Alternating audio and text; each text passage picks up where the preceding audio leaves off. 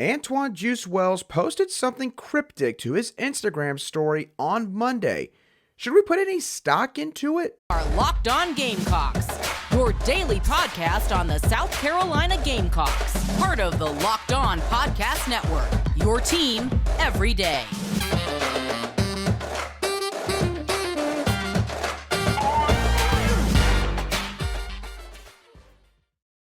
Hello, Gamecock Nation, and welcome back to the Locked On Gamecocks podcast, your show for daily headlines and potential storylines on your favorite South Carolina Gamecock sports teams.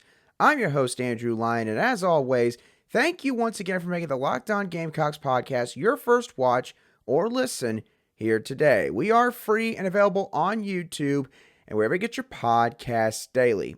And now, of course, that the 2022 football season has officially concluded for South Carolina, there are a few big steps that are going to be taking place organically over the next couple of months.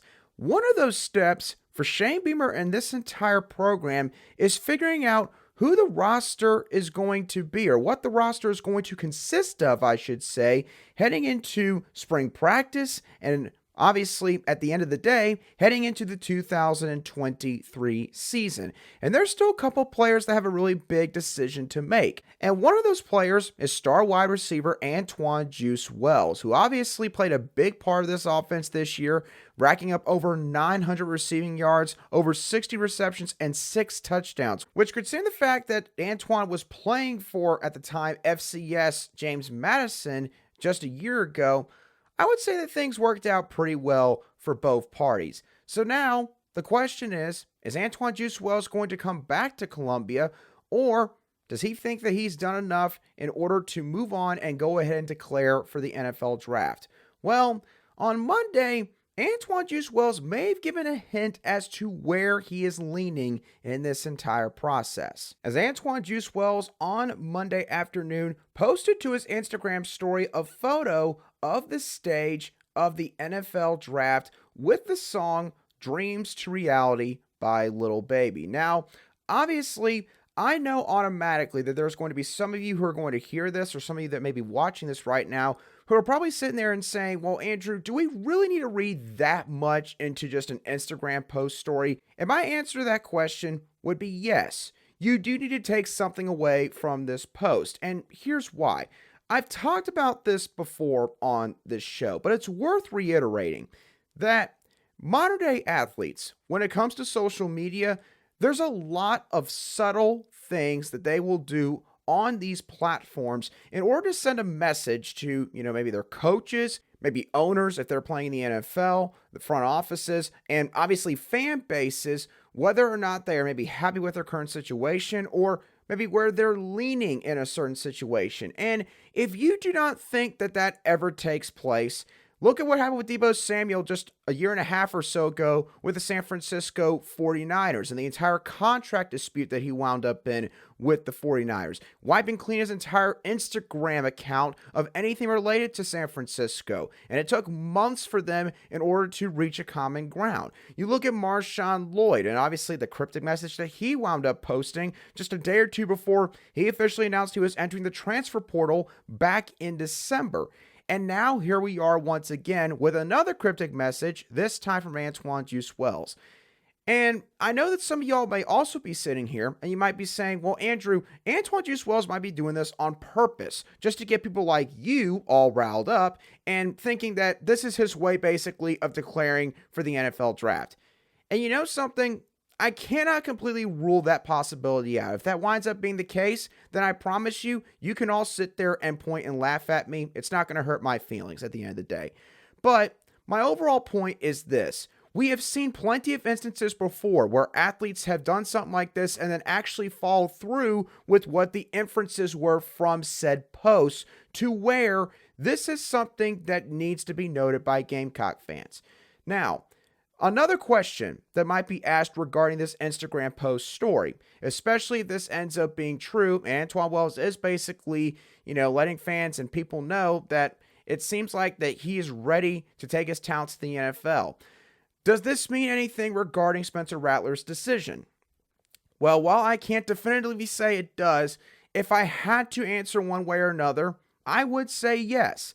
Now, I know that some of y'all in recent weeks with some of the other defections have said in certain instances, well, because Jaheim Bell is not coming back, that means that Spencer Rattler is leaving. Well, because Marshawn Lloyd's not coming back, that means Spencer Rattler is leaving.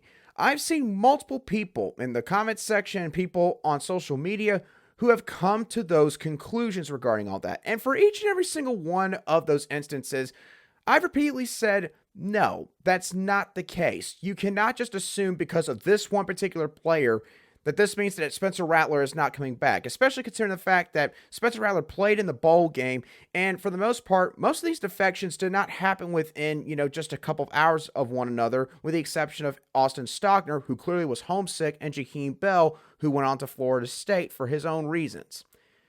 In this case, however, with Antoine Juice Wells and him potentially hinting at leaving South Carolina, this is a little bit different because Antoine Juice Wells mentioned while he was down in Jacksonville preparing for the Gator Bowl with the rest of the team after a practice one day to reporters that his decision was going to, in part, be based on what the quarterback situation was for South Carolina heading into next season and what all happens with the transfer portal.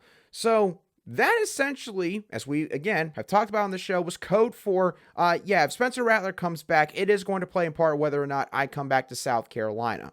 Now, you could sit here and say that this has nothing to do with a decision made by Spencer Rattler, because if Spencer Rattler was still undecided, which I can tell you right now, based on my interaction with him and the rest of the reporters' interaction with him after the Gator Bowl, it truly seems to be that way. It doesn't seem like Spencer Rattler's come down to any sort of final decision in terms of what his football future is going to hold. Then maybe, this has nothing to do with Rattler's decision, because you would think that Spencer Rattler would announce, and that would be followed up by Antoine Juice Wells announcing. But of course, these guys are close teammates, probably good friends off the field.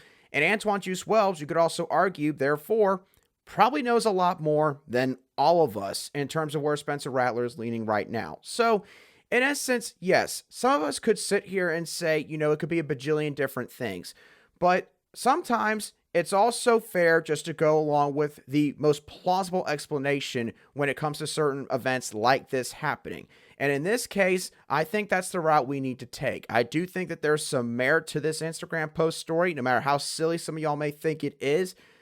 You have to take into account that, this is the new age of football. This is a new age of sports, and the way that some things are handled in terms of making these announcements. It's not like Michael Jordan back in the 90s where he used a fax machine to announce to the entire sports world that he was going to come back to the NBA and play for the Chicago Bulls. Those days are not the way things operate anymore. So we have to keep all that in mind. Obviously, again, nothing official yet from Antoine Juice Wells or his camp, but based on just this one post alone, it does seem like that South Carolina could indeed be losing one of the biggest cogs from their offense in the 2022 season in the next couple of weeks. Of course, we will keep our eyes peeled for any decision that comes down from Antoine Juice Wells when he has finalized it. Now, of course, Antoine Juice Wells, could be leaving South Carolina, but at the same time, there are some really impressive prospects that are going to be joining South Carolina very soon. And some of those prospects, or at least in particular one prospect, is going to be staying in Columbia earlier than some people originally thought, in Grayson Howard. What do I mean by all this? I'll explain that and why Grayson Howard's decisions and actions from the last few months is indicative of the kind of player he's going to be at South Carolina in just a few moments, right here on Locked On Gamecocks. Today's show is brought to you by our friends over at LinkedIn. Now, as a small business owner or hiring manager, you know that success in 2023 all depends on the team members that you surround yourself with. And that's why you have to check out LinkedIn Jobs, because you can hire qualified candidates more efficiently by matching open roles with people who have the skills, values, and experience to help you achieve your goals. Let's say that your biggest goal for your business the next year is to break some of your profit records, which would be probably a common sense one for almost every single small business.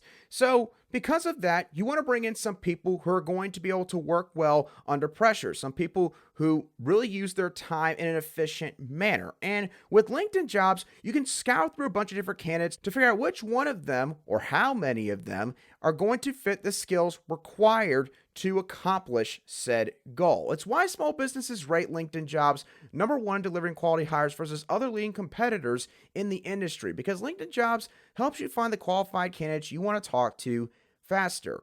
So post your job for free at linkedin.com/lockedoncollege. That's linkedin.com/lockedoncollege to post your job for free. Terms and conditions do apply.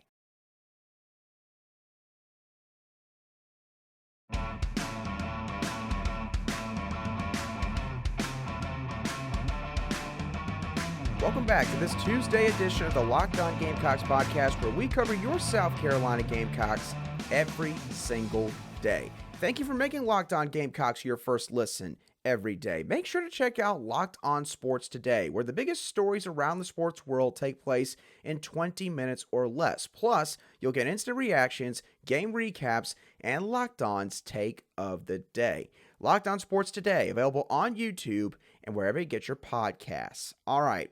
Now let's talk about a prospect who is getting ready to come to South Carolina in linebacker Grayson Howard. Grayson Howard, of course, was one of the many prospects that signed during the early national signing period back in mid to late December, and for many valid reasons has been viewed as one of the biggest gets for South Carolina in the 2023 recruiting cycle.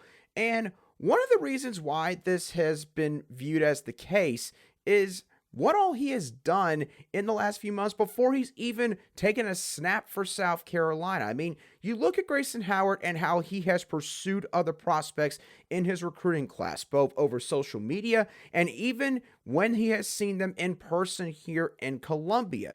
You look at some of the comments that he apparently has made to head coach Shane Beamer, who, made them public back in the early national signing period, where Grayson Howard said that we want people who are going to die or who are willing to die for this program coming here to play football, which, again, you may view that to be a little bit extreme, but it just goes to show you just how loyal Grayson Howard already is to this school. And then to top it all off, Grayson Howard has already joined the team for some practices. When they came down to Jacksonville the week of the Gator Bowl, Grayson Howard participated in the 3 practices that they held the preceding Monday through Wednesday, leading into the game on Friday of that week. So you take all that into account, and then you take into account his most recent announcement, which is Grayson Howard is not going to be playing in the Adidas All-American game, and instead is going to be staying in Columbia. Now, some people might see that and they might think, oh, that's cool. Grayson Howard's going to be, staying here a little bit earlier than maybe we originally thought. He's not going to be traveling out to Texas and playing that All-Star game. He's going to get to know some of his teammates a little bit better, a little bit sooner now in the spring semester or leading into the spring semester. That's all well and good. I know most of you are probably thinking about it in that way, but here's the thing. In my opinion, this announcement deserves a little bit more pop or a little bit more, eyeballs than it's probably going to get. And here's the reason why.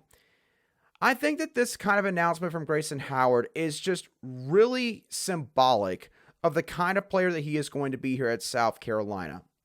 South Carolina, as has been discussed throughout the fan base, this is a school that, in terms of the football program, it's obviously been through a lot. It's obviously had a lot of ups, especially in recent years, and it's had plenty of downs. And some people, if you ask them, would probably objectively say that it's had a lot more downs than ups throughout the program's history. Because of that, there's a lot of respect for South Carolina's fan base, a lot of respect for the loyalty that the fans of South Carolina show to this program, despite everything that history tells all of us, which is that, if you just look at the sheer numbers, that you shouldn't support this program as much as you do. And yet, that's not the case. South Carolina is viewed as one of the most raucous environments in all of college football, and a big part of that comes from the fan base, how much time and money is invested from alumni, from donors, everyone from the top down. And I think that Grayson Howard is going to be a player on this team over the next few years that is going to speak to these fans, to every single one of them. Because here's the thing. These fans for South Carolina, they want players who appreciate playing for South Carolina, who love wearing the garnet and black, who love playing for this school just as much as they love cheering them on. At the end of the day, when it comes to South Carolina fans, obviously they want to see the team win.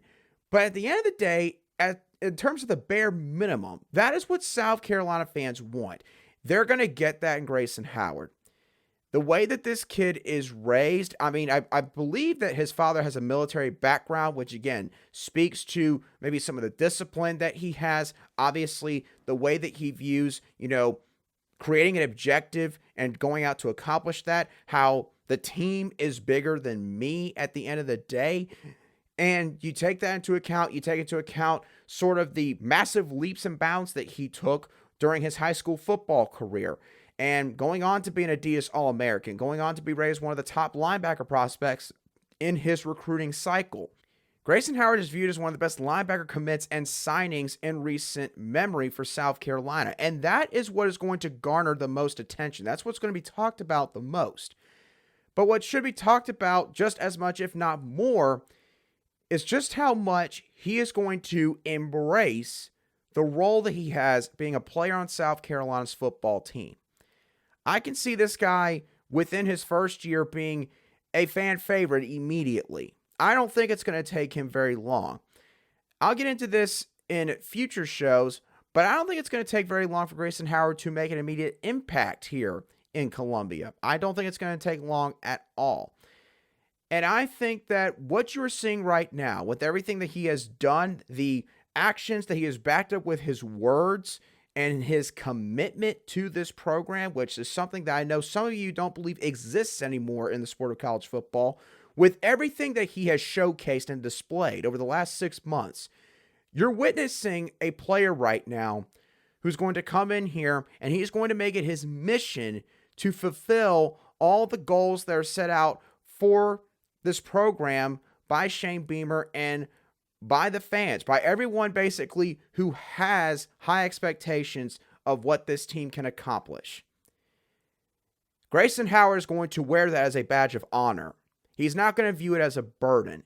And I think that with all the things that he has done recently and now announcing that he's not going to play in this Adidas All-American game, which, he very easily could sit there and say, look, I worked really hard for this nod, for this recognition, for this kind of honor. It took a lot of days and multiple years of my high school life for me to get something like this. So by gosh, I'm going to go out there to Texas for a week and I'm going to go enjoy it. I'm going to participate in an all-star game with some of the best prospects the high school football game has to offer. He could have very easily said that. Instead, he is completely foregoing that to stay here in Columbia. Get ready for the Grayson Howard era, because it's coming and it's coming really fast. And I think you're going to really have a lot of enjoyment watching Pup Howard play linebacker here at South Carolina for more reasons than just what he does on the field. So I just thought it was really important to bring all this up because Grayson Pup Howard, again, his rankings are going to be talked about the most. His stats are going to be brought up the most by fans. But I think that by the time his Gamecock football career is done, I think that in terms of being fan favorites, I think he'll be up there with the Decarrion Joyners. I think he'll be up there with the Connor Shaws of the world and anyone else that you want to throw out there right now. I think he's going to be in that kind of group. That's the kind of career I foresee him having both on and off the field here in Columbia. All right.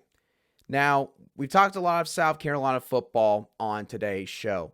And obviously, that is normally what the main objective is of the Locked On Gamecocks podcast. But there are certain moments that sometimes happen in sports where we need to step back and we have to address it. We have to talk about it. And the Damar Hamlin situation that took place on Monday Night Football last night is certainly one of those events. Now, as of this recording, based on what has been put out there and been validated by multiple prominent media sources, Damar Hamlin is currently in critical condition at the University of Cincinnati Hospital. It was a really scary situation. If you did not see what happened in the Monday Night Football game last night, I'm not going to, of course, show it to you. Some of you honestly might not want to see it, period. I'll let you do it at your own discretion. But to put it bluntly, Damar Hamlin had tackled Cincinnati Bengals wide receiver T. Higgins down to the ground, and he took a pretty decent shot, I believe, to the chest. It was a violent collision, one that you see a lot of times in football games. And Damar Hamlin got up, and at first looked like he was okay, and then literally within a couple seconds of him getting up, he all of a sudden collapsed. Fell straight back, and the next thing you knew, it became a massive medical emergency. He needed CPR for a prolonged period of time, according to multiple sources who were there at the game. Of course, again, he was taken to the hospital. He is, as of this recording, labeled as being in critical condition. And it's just a really scary situation. There's certainly, this is one of those scenarios where life has to come before, maybe some of the entertainment and things that we get enjoyment out of in this world, like the game of football. And obviously, Damar Hamlin, he has no direct relation to the University of South Carolina. He doesn't have any relation to any of the coaches on the staff, any of the players or maybe incoming recruits. He may not have a relation to any of those people or the school itself. But it's very important to talk about this entire scene, because the thing is, this puts the entire game of life into perspective more than anything else. You saw former athletes on ESPN like Booker McFarland and Ryan Clark discussing this, and you could just tell how much it tore these guys up internally to see what had happened, to have to discuss this in the first place. You, of course, saw other pros, complete pros in the world of sports journalism talking about this situation. Joe Buck, Troy Aikman, Lisa Salters, the sideline reporter for ESPN, Susie Kobler, I believe, from ESPN. I hope I pronounced the name right. Adam Schefter, their NFL insider, Scott Van Pelt. You saw a bunch of people who did such an admirable job considering the entire set of circumstances that were handed to them in terms of reporting this entire situation and not speculating at all. And what you saw is an event that happened in a football game live on national television that never takes place live. Rarely, if ever, happens on this kind of a stage. And Adam Schefter talked about this on ESPN. I thought it was a very valid point. Certain instances have happened before in practices, maybe where there was a scary cardiac emergency and, there was an ambulance that came and they had to be taken to a nearby hospital. This kind of stuff has happened before in terms of, a player not being able to get off the field on their own accord. But for this to happen in front of that stadium of fans, in front of all the people who were watching the game live when it happened, both teams surrounding him, players crying. Players who just emotionally, they were anywhere and everywhere but inside that stadium when everything took place. And when you see this, you see people who do this stuff for a living, cover these games, talk to these athletes, play with these athletes, coach these athletes, and everyone has the same reaction. It pulls at your heartstrings a little bit. And it really goes to show you just how fleeting life can be. Damar Hamlin, he's 24 years old. He plays professional football for a living. When you just base it off of those two sole facts, you assume that he is probably extremely healthy, that he is someone that, the last thing you would expect is for him to collapse because of some cardiac event, or at least seemingly cardiac event based on the fact they did CPR. And yet that's exactly what happened. So, it's a really, really scary situation. Obviously, if you're someone that believes in the power of prayer, Damar Hamlin could use them at this current moment in time. His family members could use them. His very close friends could use them. His entire team in the Buffalo Bills and that entire organization could use them. The game of football is a very violent sport inherently. And thankfully, 99.9% of the time, players maybe go down and get hurt. They're able to be helped off the field within a few minutes, or they get up off their own power. But there is a 0.1% of incidences that do take place where, unfortunately, it is very, very dire circumstances. And that seems to be what has happened here with Damar Hamlin. So, in terms of life and comparing that to a sport like football that, we all enjoy watching, that maybe some of you all enjoyed playing when you did play the sport, just remember at the end of the day, life is so precious. It's so valuable. And you just never truly know when somebody could end up in this kind of a situation. So again, as of this current moment, when this is being recorded, Damar Hamlin is in critical condition at the University of Cincinnati Hospital. And obviously, my thoughts and prayers go out to him, his friends, his family, his team, everyone that is associated with him. And just keep him in your thoughts because it was a really scary situation. And again, in terms of life and sports, it really puts things into perspective in terms of what really matters the most at the end of the day. So that's going to do it for today's show, the Locked On Gamecocks podcast. I hope y'all thoroughly enjoyed today's show. Obviously, besides the real downer that we had to discuss with the Damar Hamlin situation at the end, make sure, again, to keep him in your thoughts and prayers.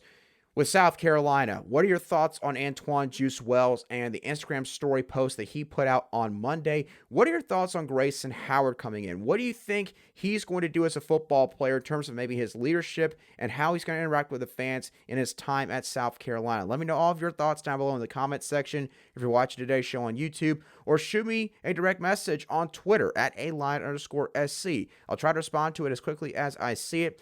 And once again, don't forget to make Locked On Sports Today your second listen after, of course, you have watched or listened to the entirety of the Locked On Gamecocks podcast. Thank y'all once again for tuning into today's show.